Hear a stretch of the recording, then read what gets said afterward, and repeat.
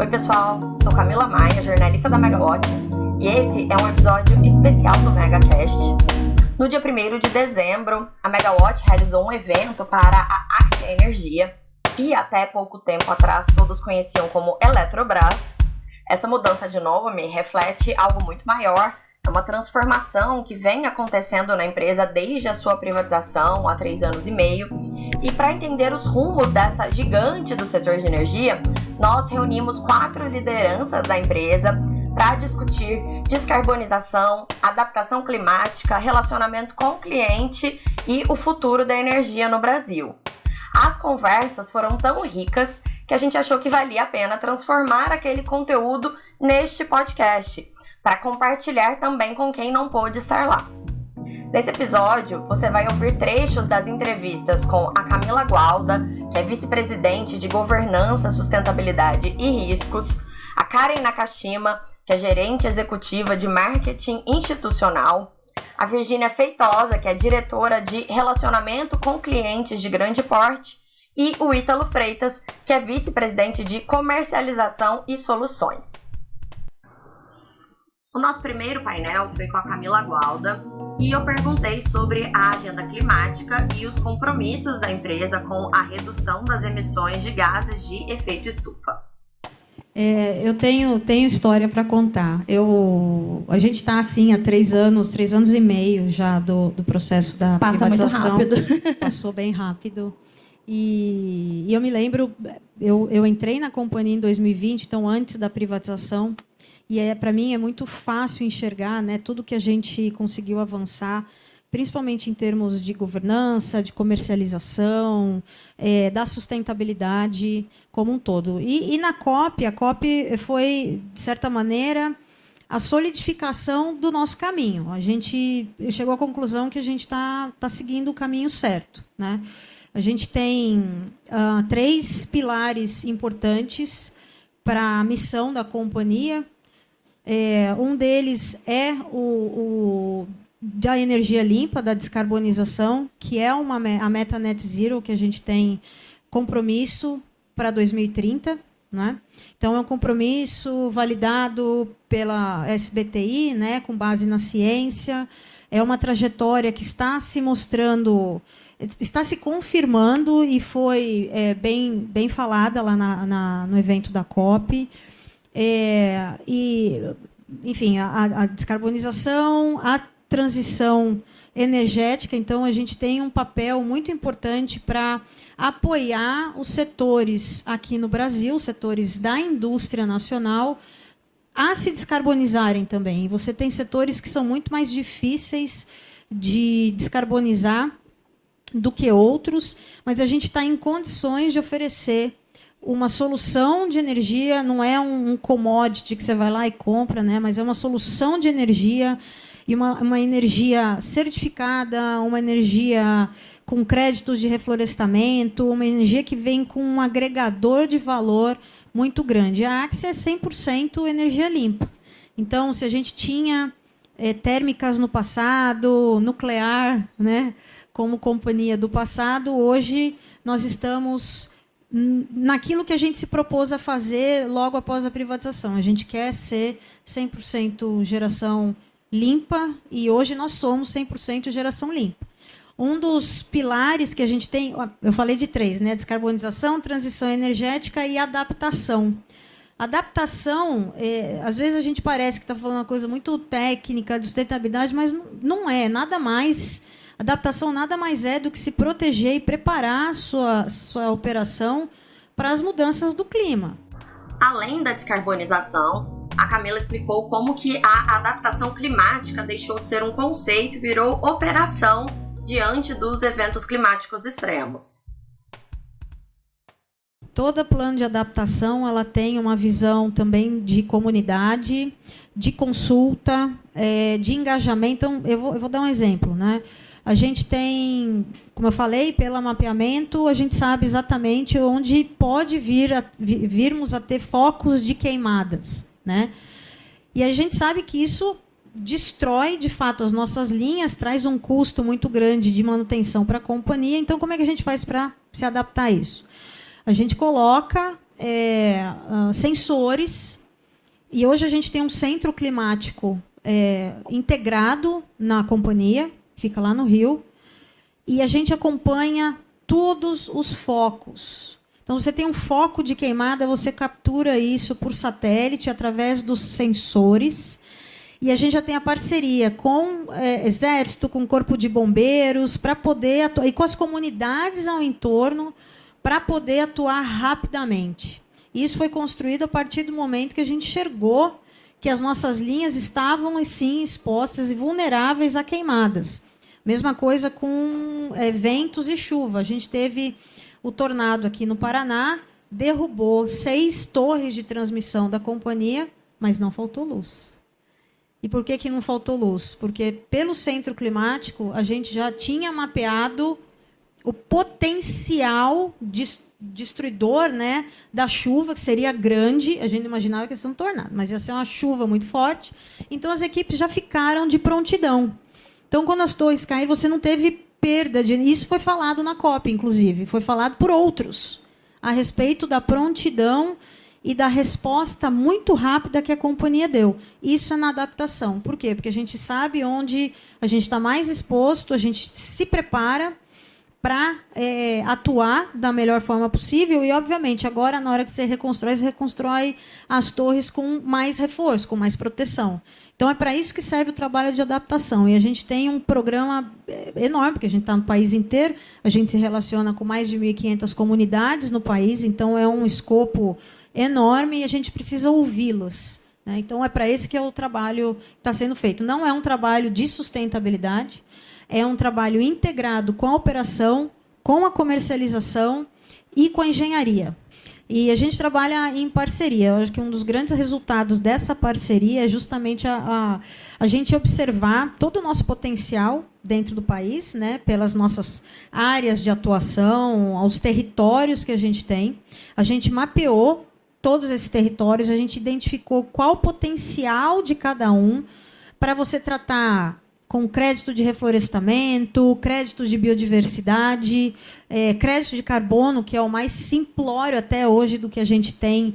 E a gente está avançando em produtos mais sofisticados, mais robustos, e isso tem atraído o cliente, porque o cliente ele está buscando... É lógico que ele quer uma energia, como é que eu vou dizer, estável, segura, 24/7 e barata, né? Mas como é que a gente se diferencia no mercado? Através de toda essa robustez, essa carga que a gente dá em termos de proteção, de relacionamento com comunidade, de cuidado com a biodiversidade, e você acaba tendo isso carregado no nosso certificado, né, que é o RECFI, Certificado de Energia Renovável, que é gerado pelas usinas certificadas para emitir esses créditos, né, esses certificados.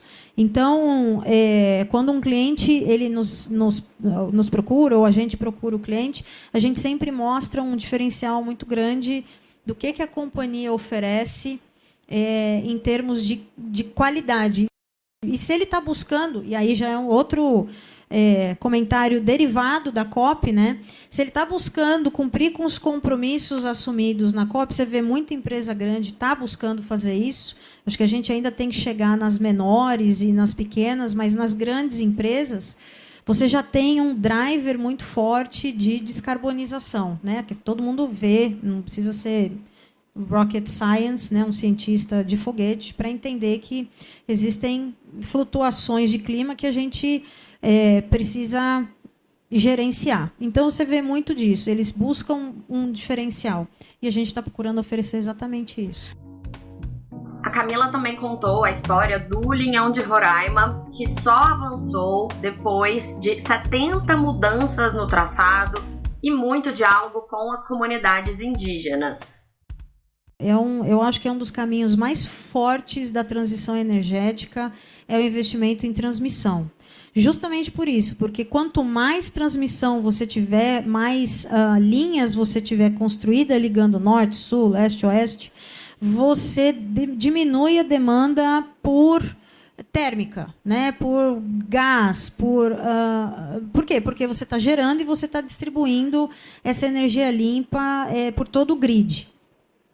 O Linhão, ele realmente, o empreendimento atrasou 10 anos, depois mais 3 anos para ser construído, mas a partir do momento que a gente se colocou como meta, vamos terminar o Linhão, a gente já tinha acabado de privatizar a companhia, a gente entendia que isso era um projeto muito importante, a gente foi fazer direito.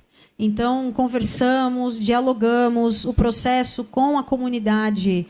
Só para que, não sei se todo mundo tem essa informação, mas o Linhão tem 700 quilômetros, 700 e pouco. 120 quilômetros passa dentro de um território indígena, o Aimiri-Atroari, lá em Rondônia. Desculpa, Roraima. A linha é Manaus-Boa Vista. E o projeto ficou parado lá atrás, porque a companhia, até então, lá atrás, não conseguiu justamente fazer esse diálogo e estabelecer os mecanismos de mitigação. A gente fez isso, né? Então, em 2022, a gente retomou o diálogo, em 2023, a gente conseguiu a aprovação da comunidade, e a obra foi bastante interessante, porque, como ela era dividida em lotes, para todo novo lote dentro da área da comunidade, a gente fazia consulta a eles, aí eles levavam para discussão interna, eles precisavam chegar em consenso, porque não é maioria, tá certo? Lá é assim, você tem que obter consenso dos líderes indígenas. Quando você conseguia obter o consenso, aí você poderia chegar com as máquinas e começar a fazer o trabalho. Mas a gente teve situações de mudar o traçado da linha para não derrubar uma árvore XYZ, que era uma árvore, enfim, das tradições locais. E a gente fez uma modificação, não foi uma, foram algumas modificações de trajeto, de traçado, para respeitar isso. A gente teve que fazer as torres muito mais altas do que as copas das árvores, porque eles não queriam ver as linhas passando. Então, se você vai ao longo da rodovia, você vê que as torres são altíssimas e a linha de transmissão fica lá no topo, porque eles não querem olhar de baixo e ver. Então, você tem um trabalho ali, né, de engenharia, de negociação e tal. Mas teve tanto sucesso que agora, no final, eles promoveram uma festa. Eu acho que a gente fez um bom trabalho.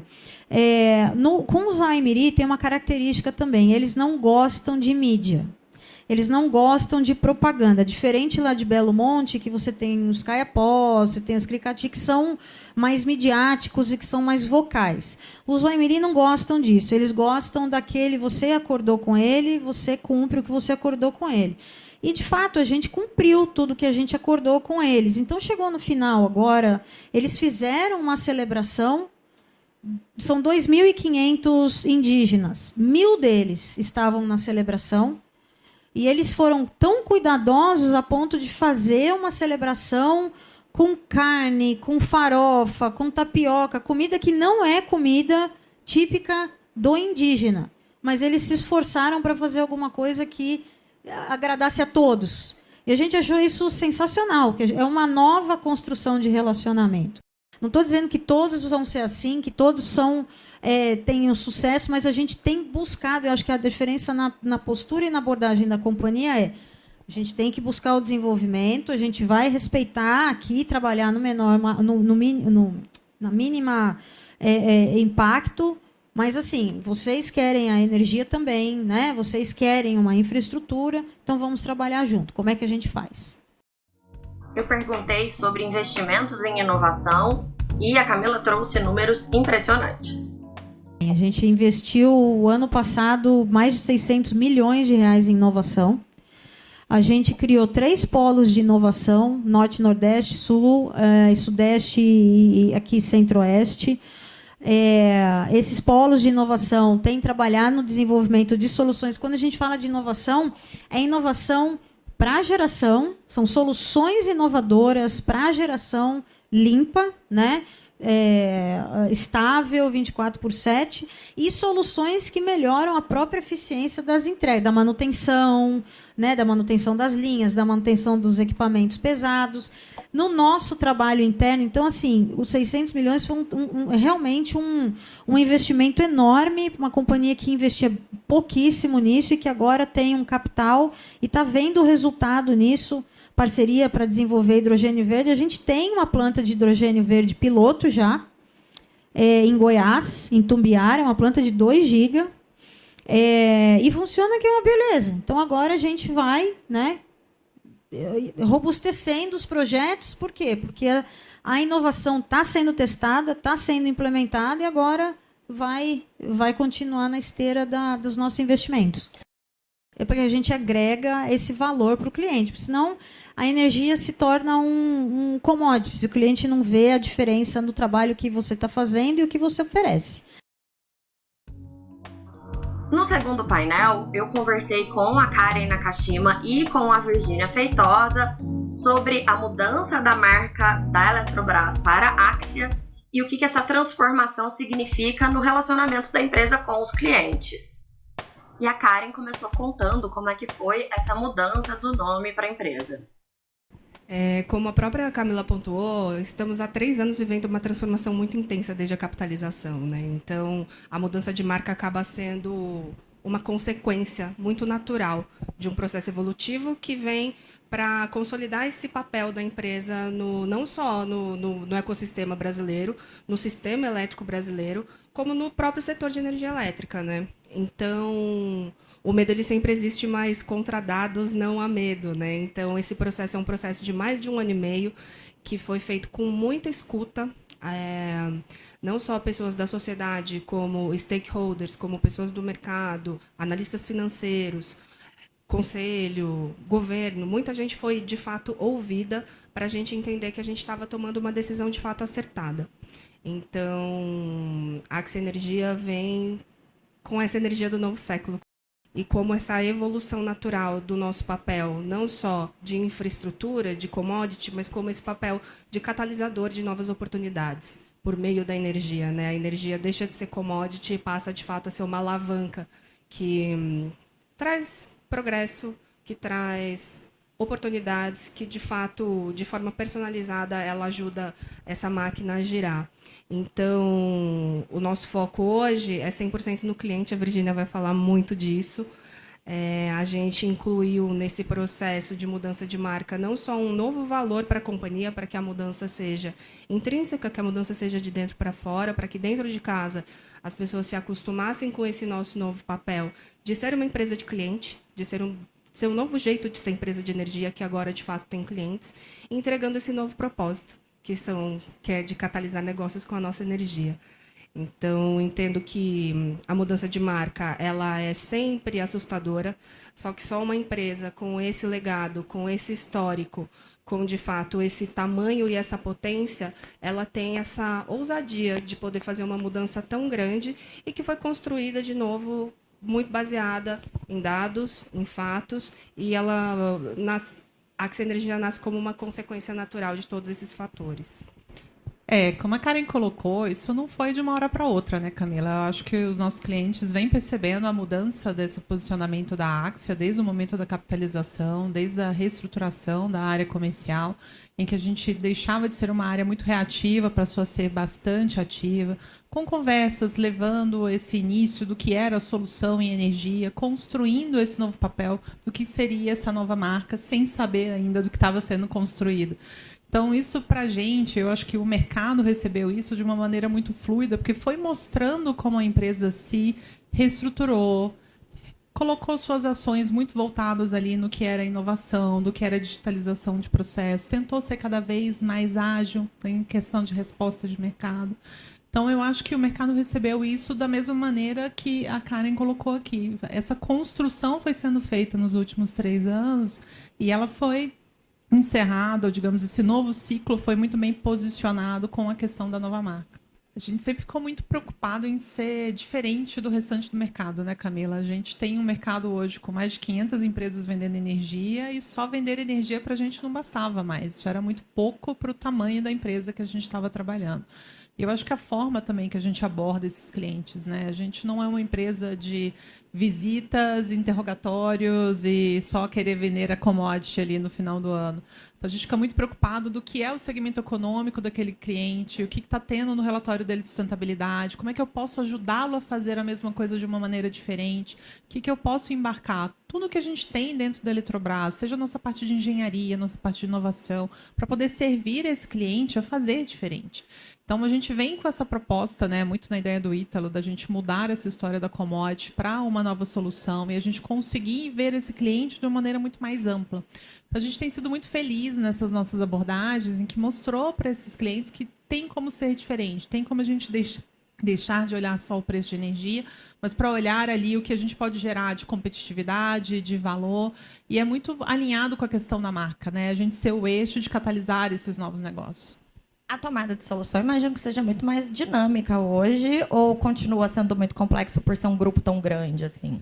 A tomada de decisão ela foi muito mais simplificada, né? A gente tem uma alçada de governança com alguns steps diferenciados, muito mais dinâmica do que era antigamente.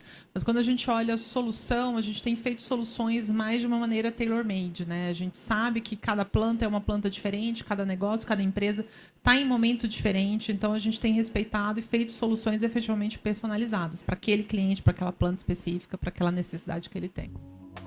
Eu perguntei qual o caminho da Axia, então, para chegar nesses novos clientes. Acho que a primeira avenida é a avenida B2B, né, Virgínia, que a gente precisa construir essa comunicação de empresa para mostrar que nós somos, de fato, essa articuladora de oportunidades que pode trazer soluções personalizadas para os negócios, certo? A gente tinha por vocação, né, pelo fato de ter atendido os clientes grandes desde o nascedor da empresa, isso antes do projeto Recebe, que as grandes empresas já estavam conectadas nas geradoras, ela tinha uma função inicial de distribuidora. Então, a gente sai um pouco dessa questão de olhar só quem está ali na rede básica, quem tem um apelo histórico com a gente, e desde a capitalização a gente passa a atender qualquer tipo de cliente, né? Essa discussão do varejista ela vai ficar um pouco mais para frente, né? Mas a gente sabe que uma empresa desse tamanho, que consegue atender e mitigar risco do país inteiro, atender qualquer que seja a sua unidade, em qualquer estado, em qualquer submercado, é difícil você ter uma outra empresa que consiga te atender da maneira que a Axia consegue te atender. Então, a gente passa a trabalhar um pouco mais focado nessa questão do cliente B2B, olhando essa questão da marca, de catalisar negócio, colocando novas soluções e já preparando para o futuro.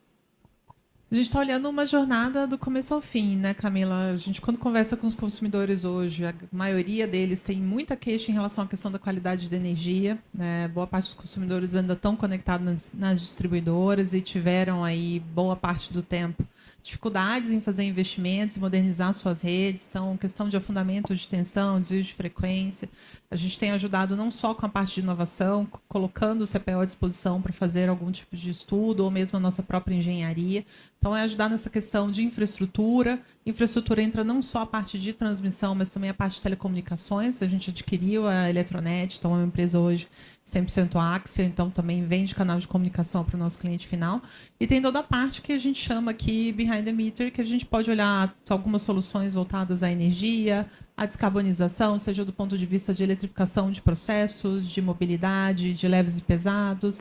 Também toda a parte de hidrogênio, que a Camila comentou um pouco também. Então, a gente tem uma área de combustíveis sintéticos, olhando o que pode ser ali um início de uma descarbonização, fazendo pequenos projetos e ajudando esse cliente a tomar essas decisões.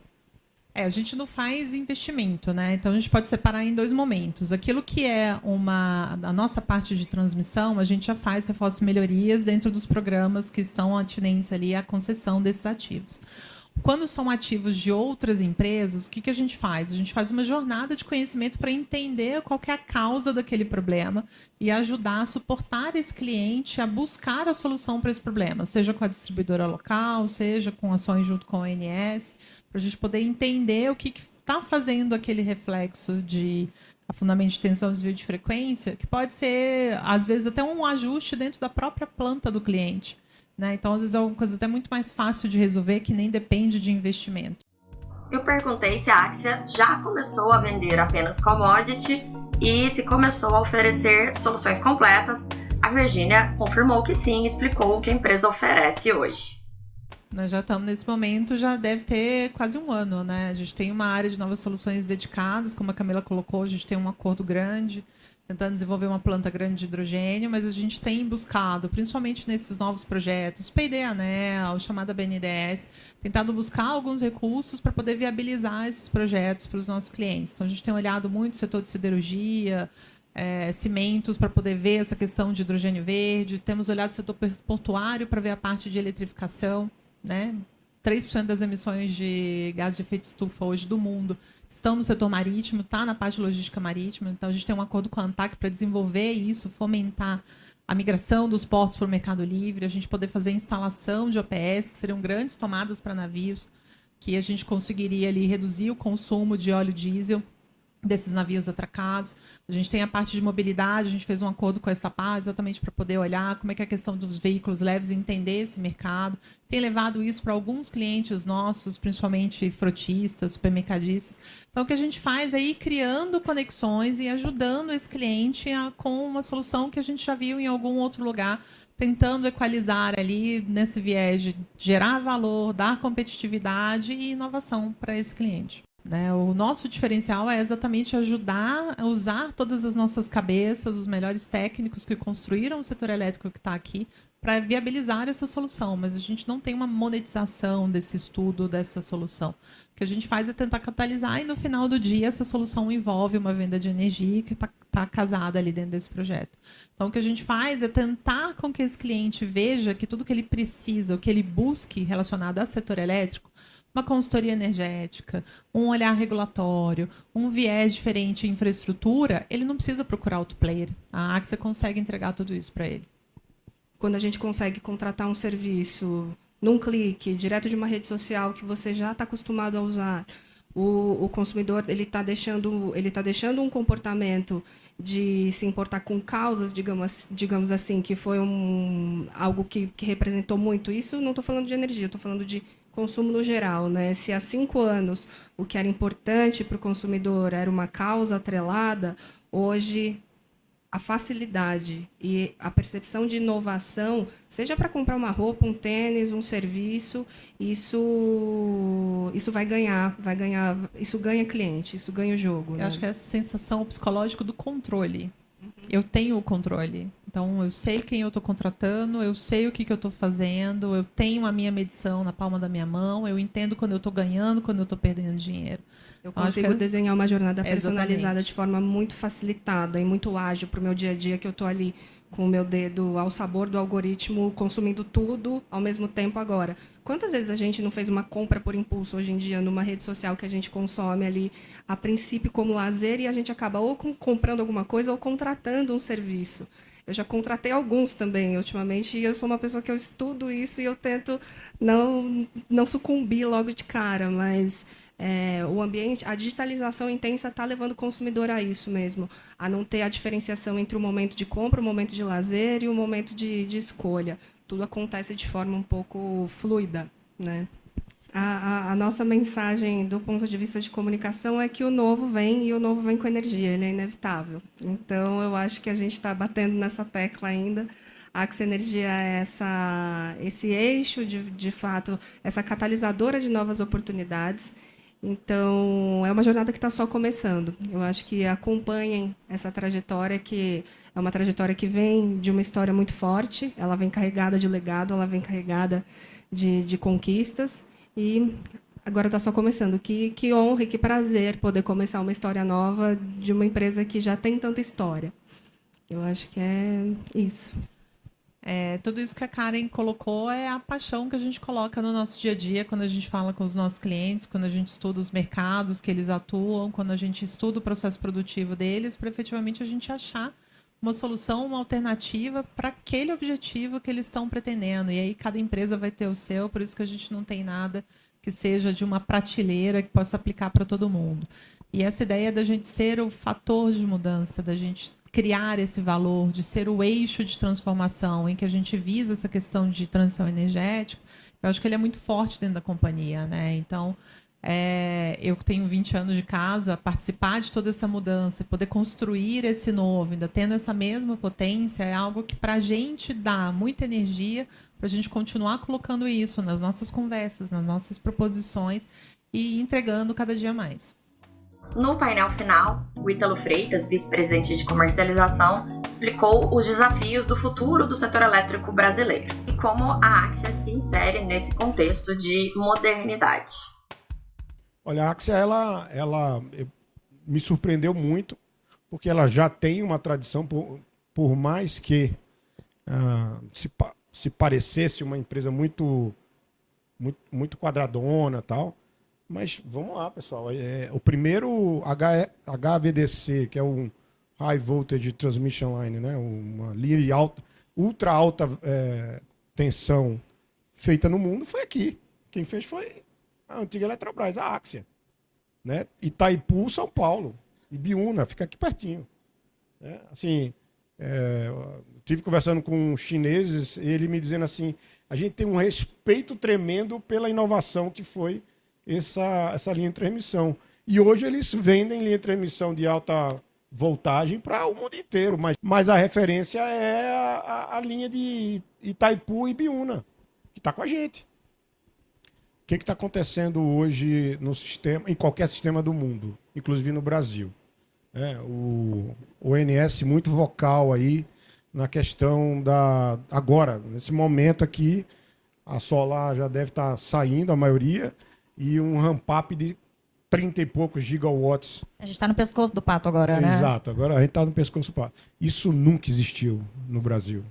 Se você for dar uma voltada, né, voltar o que era a curva do pato brasileira, era quase um flatzão, assim. De repente você vê um negócio fazendo assim, né, em barriga e sobe o pescoço.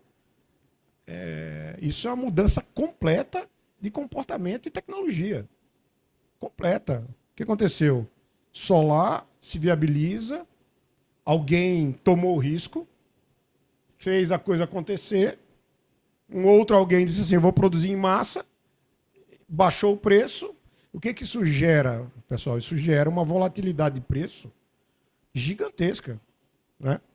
Então, por quê? Porque está tudo concentrado ali no meio-dia. Meio-dia, né, a hora solar. Alguém tem que atender a ponta. Para atender a ponta, a gente precisa botar recurso. Botar recurso custa caro. Então, isso, se você quer ter no combo o preço da energia adequada, você vai ter que colocar, né, usar artifícios para que você tenha mais confiabilidade, porque não adianta de nada uma casa sem energia, né, ou uma indústria sem energia. Então, tem que botar mais artifício para que você atenda esse novo perfil de energia e de consumo também. Na maioria dos países que tem liberalização, você vê os contratos sendo fechados, e aqui no Brasil não tenho dúvida nenhuma, pessoal, que vai vir. Os contratos fechados horários. A gente migrou o sistema para horário, mas não migrou os contratos. Por horário, hoje não é um produto que está extremamente difundido. A partir de agora, com essa questão da curva do consumo e curva do pato, isso vai se transformar em uma então assim, curva horária, onde você tem que pagar por aquela hora, né? Mesmo que você fora do mercado que eles chamam de liquidação, mercado ACE, que aquilo ali já é horário. Mas os contratos de cliente final, isso naturalmente vai migrar, como é em outros países.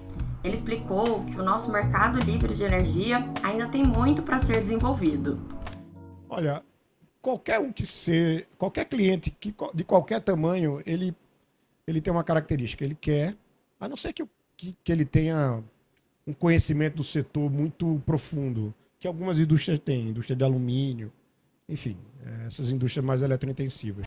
Mas assim, qualquer um dos clientes, o que ele quer? Ele quer previsibilidade, né? Ele quer ali a conta dele vindo, né? É que você olha assim e vai dizer, peraí, deixa eu ver uma coisa. num mundo extremamente variável, né? Uma volatilidade monstruosa. E lá na ponta o cliente quer previsibilidade, quer a conta flat, tudo certinho. Alguma coisa aqui no meio tem que fazer para que faça a curva ficar flat, né? Aqui. Então, a maioria dos clientes, que sejam eles grandes, médios, tirando eletrointensivos, grandes, médios ou os pequenos, não no Brasil, mas em outros lugares, eles têm o aculturamento de que eu preciso contratar flat. Ele não se sente bem olhando a conta num mês e vendo 10 mil e no outro mês vendo 1.000. Então, assim, para ele, obviamente, que seria 1.000, mas ele sabe que isso não vai acontecer. Então, ele prefere ter uma conta estável, que varia ali, e que ele, eu acho que a Virginia falou muito bem, e que ele tenha controle disso aí. Que ele diga o seguinte, eu vou usar de algum artifício para reduzir meu consumo. Aí, ou vou eletrificar meu processo, né, porque eu estou gastando muito mais com... Então, ele tendo esse controle, ele se sente muito mais, vamos dizer assim, eu acho que é esse que é o perfil do cliente dentro desse mundo volátil. Eu perguntei para ele quem chega primeiro, os data centers ou o hidrogênio verde. Os dois dependem de energia firme 24 horas por dia, 7 dias por semana, mas têm características econômicas bastante diferentes. O mundo estava com esse desafio de descarbonização, ainda está. Não é porque partido A, partido B assumiu o poder que vai frear ou que vai mudar a trajetória que ele está indo, né? E assim, é claro, a gente está vendo aqui. Quem foi que falou que hoje... Foi a Camila que falou hoje estava mais frio e tal. Mas não precisa ir muito longe, né? O que acontece é que o hidrogênio ele enfrenta essa condição da volatilidade de preço em todos os mercados. O hidrogênio é muito dependente de energia, entre 60% e 70% é energia, mas você tem que garantir uma energia flat, até para que o economics da planta do hidrogênio feche. Você tem que produzir o máximo que o eletrolisador pode produzir, todo dia 24/7. Então você não tem hoje uma energia barata 24/7. Né? Hoje não tem, é fato. E data center, ele, por enquanto, questão de preço de energia não é o top 4, se você for ver o custo de um data center. Então, na hora que você vê um rack de GPU, no caso da NVIDIA, ou TPU, no caso da Google, um hackzinho consome 1 mega, mas custa 10 milhões de dólares, um hack. Então, assim, o investimento de uma planta, de um data center de 1 giga, é 50 bi de dólar. Né? Assim, energia.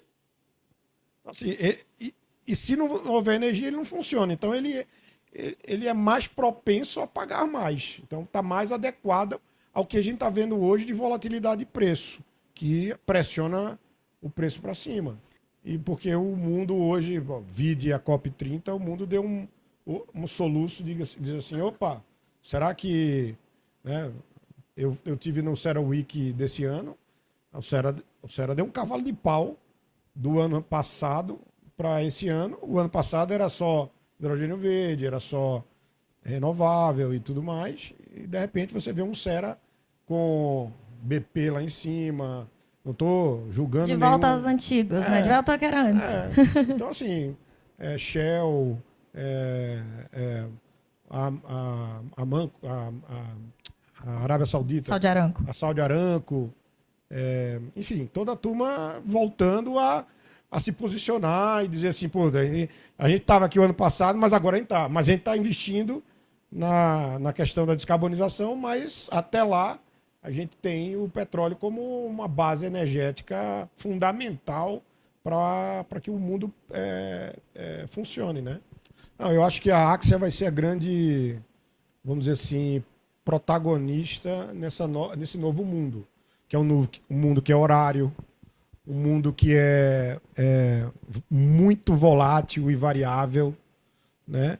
Porque a garantia desse mundo, né? Quem vai dar o backup para isso somos nós, as hidrelétricas, e, obviamente, essa nova tecnologia. Uma coisa que é muito importante é que nada desse controle da variabilidade, a variabilidade, a volatilidade de mercado, ela tem um ponto que é essencial, que é a questão da digitalização. Se você não controlar essa variabilidade, o consumo que está ali, algumas